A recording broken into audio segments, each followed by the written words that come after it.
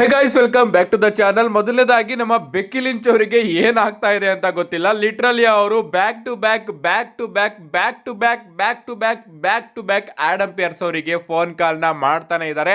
And ಅಷ್ಟು phones ಗಳಿಗೂ ಕೂಡ ಆಡಮ್ ಪಿಯರ್ಸ್ ಅವರು ಆನ್ಸರ್ ಮಾಡದೇ ಇರೋದಕ್ಕೆ ವಿಚಿತ್ರವಾದ ಟ್ವೀಟ್ ಗಳನ್ನ ಮಾಡ್ತಾ ಇದ್ದಾರೆ. ನೀನು ನನಗೆ ರಾಂಗ್ ನಂಬರ್ ನ ಕೊಟ್ಟಿದ್ಯಾ, ನೀನು ವರ್ಸ್ಟ್ ಜನರಲ್ ಮ್ಯಾನೇಜರ್, ಅಂಡ್ ನಿನ್ನ ಈ ಒಂದು ಜನರಲ್ ಮ್ಯಾನೇಜರ್ ಪದವಿಯಿಂದ ತೆಗೆದಾಕೋದಕ್ಕೆ ನಾನೊಂದು ಲೆಟರ್ ನ ಬರೆದು ಕಳಿಸ್ತೀನಿ ಅಂತ ನಮ್ಮ ಬೆಕ್ಕಿ ಲಿಂಚ್ ಅವರು ಟ್ವೀಟ್ ಗಳನ್ನ ಮಾಡ್ತಾ ಇದ್ದಾರೆ. ಅದಕ್ಕೆ ನಮ್ಮ ಆಡಮ್ ಪಿಯರ್ಸ್ ಅವರು ಕೂಡ ರಿಯಾಕ್ಷನ್ ನ ಕೊಡ್ತಾ ಇದ್ದಾರೆ. ಈ ಕಡೆ ನಮ್ಮ ಬೆಕ್ಕಿ ಲಿಂಚ್ ಅವರು ಉರ್ಕೋತಾ ಇದ್ದಾರೆ. ಅವರಿಗೆ ಇನ್ನೂ ಕೂಡ ಉರ್ಸೋದಕ್ಕೆ ನಮ್ಮ ಸಿಎಂ ಪಂಕ್ ಅವರು ನೆಕ್ಸ್ಟ್ ಲೆವೆಲ್ ಅಲ್ಲಿ ಅವ್ರನ್ನ ಟ್ರೋಲ್ ಮಾಡ್ತಾ ಇದ್ದಾರೆ. ಮೊದಲನೇದಾಗಿ ವರ್ಲ್ಡ್ ಹೆವಿವೇಟ್ ಚಾಂಪಿಯನ್ಶಿಪ್ ಹಾಗೆ ಬೆಕ್ಕಿ ಲಿಂಚ್ ಅವರ ಇಂಟರ್ಕಾಂಟಿನೆಂಟಲ್ ಚಾಂಪಿಯನ್ಶಿಪ್ ಅಲ್ಲಿ ಸೈಡ್ ಪ್ಲೇಟ್ ಇತ್ತಲ್ಲ, ಅದನ್ನ ಅವರು ಪೋಸ್ಟ್ ಮಾಡ್ತಾರೆ. ಅಷ್ಟೇ ಅಲ್ಲ, ಮಂಡ್ಯ ನೈಟ್ರೋ ಪ್ರಾರಂಭ ಆಗೋದಕ್ಕಿಂತ ಮುಂಚೆ ನಮ್ಮ ಬೆಕ್ಕಿ ಲಿಂಚ್ ಅವರು ತನ್ನ ಫೇಸ್ ನ ಸಿಎಂ ಪಂಕ್ ಅವರ ಫೇಸ್ ಗೆ ರಿಪ್ಲೇಸ್ಮೆಂಟ್ ಆಗಿ ಹಾಕಿದ್ರು. ಅಂಡ್ ಈಗ ನಮ್ಮ ಸಿಎಂ ಪಂಕ್ ಅವರು ಅದ್ರ ಜೊತೆ ಸೆಲ್ಫಿನ ತಗೊಂಡು ಇನ್ನ ಒಂದು ಫೋಟೋನ ಪೋಸ್ಟ್ ಮಾಡಿದ್ದಾರೆ. ಬೆಕ್ಕಿ ಲಿಂಚ್ ಅವರ ಮಂಡ್ಯ ನೈಟ್ರೋ ಮುಗಿದ ಮೇಲೆ ಬಿದ್ದಂತಹ ಫೋಟೋನ. ಲಿಟ್ರಲಿ ನಮ್ಮ ಸಿಎಂ ಪಂಕ್ ಅವರು ಉರ್ಸೋ ವಿಚಾರದಲ್ಲಿ ಬೆಕ್ಕಿ ಲಿಂಚ್ ಅವ್ರನ್ನ ಹೆವಿ ಆಗಿ ಉರಿಸ್ತಾ ಇದ್ದಾರೆ. ಅಂಡ್ ಈ ಕಡೆ ನಮ್ಮ ಬೆಕ್ಕಿ ಲಿಂಚ್ ಅವರು ಕೂಡ ಸಿಕ್ಕಾಪಟ್ಟೆ ಫ್ರಸ್ಟ್ರೇಷನ್ ಅಲ್ಲಿ ಈಗ ನಮಗೆ ಕಾಣಿಸ್ತಾ ಇದ್ದಾರೆ. ಏನೇ ಆಗ್ಲಿ ಗೈಸ್, ಕಾದ್ ನೋಡೋಣ ಇದೆಲ್ಲದೂ ಕೂಡ ನಮ್ಮ ಬೆಕ್ಕಿ ಲಿಂಚ್ ಹಾಗೆ ಆಡಮ್ ಪಿಯರ್ಸ್ ಅವರ ಈ ಒಂದು ಸ್ಟೋರಿ ಎಲ್ಲೋಗಿ ನಿಲ್ಲುತ್ತೆ ಅಂತ. ಇನ್ನ ನಮ್ಮ ಬ್ರೀ ಬೆಲ್ಲಾ ಅವರ ಬಗ್ಗೆ ಮಾತಾಡೋದಾದ್ರೆ, ರೀಸೆಂಟ್ ಆಗಿ ನಮ್ಮ ಬ್ರೀ ಬೆಲ್ಲಾ ಅವರು ಕೂಡ ತನ್ನ ರಿಟರ್ನ್ ಬಗ್ಗೆ ಕಮೆಂಟ್ ಮಾಡಿದ್ದಾರೆ. ನಿಮಗೆ ಗೊತ್ತಿರಬಹುದು, ಬ್ರೀ ಬೆಲ್ಲಾ ಅವರ ಸಿಸ್ಟರ್ ನಿಕ್ಕಿ ಬೆಲ್ಲಾ ಅವರು ಈಗಾಗಲೇ ಡಬ್ಲ್ಯೂ ಕಂಪನಿಗೆ ರಿಟರ್ನ್ ಆಗಿದ್ದಾರೆ.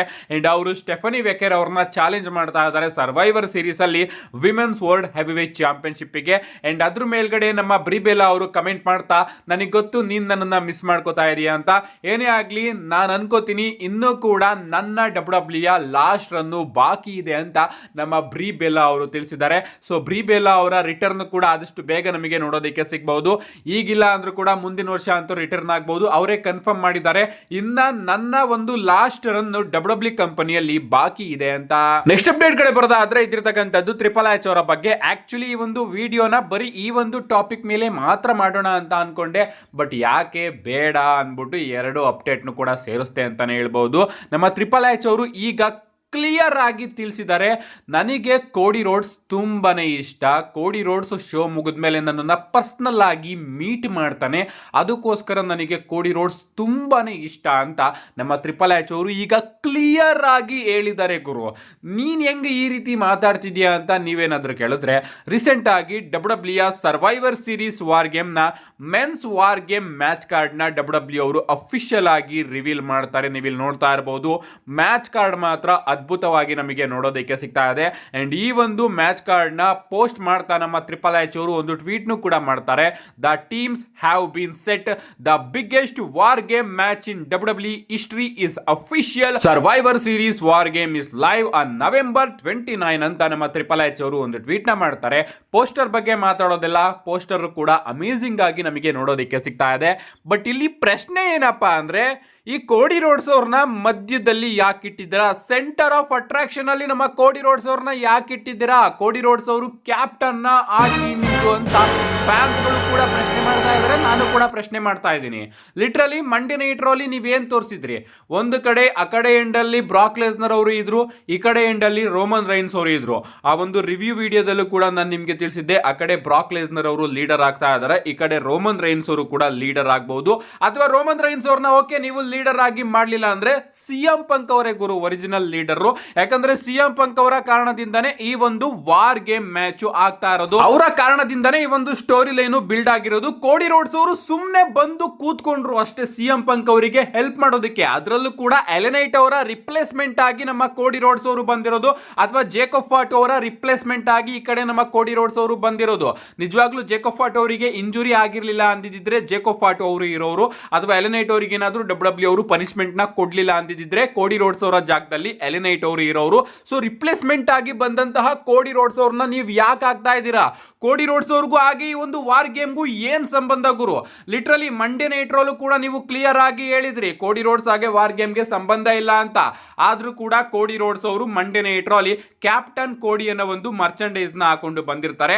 ಅಂಡ್ ಲಿಟ್ರಲಿ ಬ್ರಾಕ್ ಲೆಸ್ನರ್ ಹಾಗೆ ರೋಮನ್ ರೈನ್ಸ್ ಅವರ ಫೇಸ್ ಆಫ್ ನು ಕೂಡ ನೀವು ಅದ್ಭುತವಾಗಿ ತೋರಿಸ್ತೀರಾ. ಆ ಕಡೆ ಬ್ರಾಕ್ ಲೆಸ್ನರ್ ಅವರು ಲೀಡರ್ ಆದ್ರೆ ಈ ಕಡೆ ರೋಮನ್ ರೈನ್ಸ್ ಅವರು ಲೀಡರ್ ಅನ್ನೋ ರೀತಿನೇ ಆ ಒಂದು ಫೇಸ್ ಆಫ್ ನ ತೋರಿಸ್ತೀರಾ. ಓಕೆ, ರೋಮನ್ ರೈನ್ಸ್ ಅವ್ರನ್ನ ಲೀಡರ್ ಮಾಡೋದಕ್ಕೆ ನಿಮಗೆ ಇಷ್ಟ ಇಲ್ಲ, ಅಟ್ಲೀಸ್ಟ್ ಸಿಎಂ ಪಂಕ್ ಅವ್ರನ್ನ ಲೀಡರ್ ಮಾಡ್ಬೋದಿತ್ತಲ್ಲ. ಯಾಕಂದ್ರೆ ಮಂಡ್ಯ ನೈಟ್ ಮುಗಿದ್ಮೇಲೆ ನಮಗೆ ಸಿಎಂ ಪಂಕ್ ಆಗಿ ರೋಮನ್ ರೈನ್ಸ್ ಅವರ ಫೇಸ್ ಆಫ್ ನೋಡೋದಕ್ಕೆ ಸಿಗೋದು.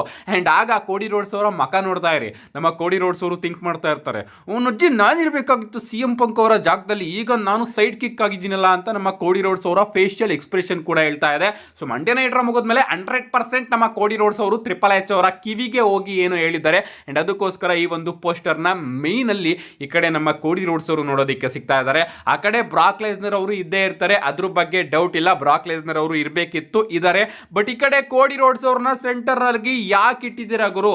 ಈಗ ಕೋಡಿ ರೋಡ್ಸ್ ಅವರ ಫ್ಯಾನ್ಸ್ ಗಳು ಹಾಗೆ ಕ್ರೈ ಬೇಬೀಸ್ ಗಳು ಬಂದು ಹೇಳ್ಬಹುದು, ಕೋಡಿ ರೋಡ್ಸ್ ಡಬ್ಲ್ಯೂ ಅನ್ಡಿಸ್ಪ್ಯೂಟೆಡ್ ಚಾಂಪಿಯನ್ ಮಗ, ಅದಕ್ಕೋಸ್ಕರ ಅವರು ಸೆಂಟರ್ ಅಲ್ಲಿ ಇದ್ದಾರೆ ಅಂತ.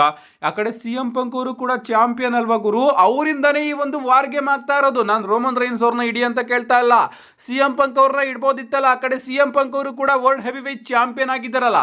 ಈ ಕಡೆ ರಿಪ್ಲೇಸ್ಮೆಂಟ್ ಆಗಿ ಬಂದಂತಹ ಕೋಡಿ ರೋಡ್ಸ್ ನ ನೀವು ಯಾಕೆ ಮಧ್ಯದಲ್ಲಿ ಇಟ್ಟಿದ್ರಿ ಅಂತ ನಾನು ಪ್ರಶ್ನೆ ಮಾಡ್ತಾ ಇರೋದು. ಅಂಡ್ ಇದರಿಂದನೇ ಕ್ಲಿಯರ್ ಆಗಿದೆ, Cody Rhodes is a fucking company bastard.